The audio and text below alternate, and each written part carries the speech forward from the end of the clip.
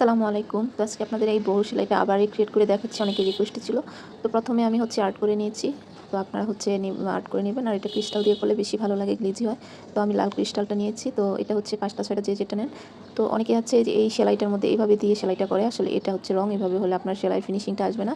তো আপনার যে কয়টা নেবেন প্রতি মাঝখানে আরেকটা বরাবর হচ্ছে আপনি ভিতর দিকে সুতা ঢুকিয়ে আবার কাজটা করবেন। এভাবে করে করবেন। তো আমি যেভাবে করছি একটু খেয়াল করে দেখেন।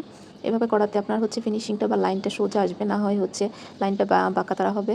তো আপনারা এভাবে করে হচ্ছে বোটা যেভাবে এঁকেছি বেশ সেটা রিকভার করে নেবেন।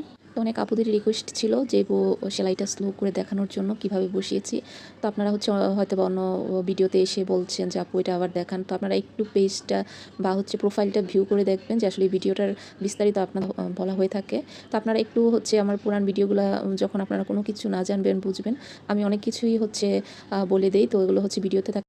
তো আমি হচ্ছে লাল এটা শেষ করার পরেই হচ্ছে এই কালারটা, মেরুন কালার যেটা, এই কালারটা দিয়ে হচ্ছে বিটস দিয়ে আমি পুরো বর্ডারটা করে নিব। জাস্ট যে ধরনের একই নিয়মে সব কিছুই। তো এইভাবে করে আবার এই পুরোটা আপনারা হচ্ছে বর্ডারটা এইভাবে করে কভার করে নেবেন। তো এভাবে যদি পুরো ভিডিওটা হচ্ছে দেখেন আপনারা বুঝতে পারবেন। আর হচ্ছে খুব সুন্দর লাগবে যদি ছোটো ছোটো করে এভাবে করেন। তো দেখেন কি পরিমাণ সুন্দর হয়েছে, কালোর মধ্যে মেরুন কালারটা দিলে খুবই সুন্দর লাগবে।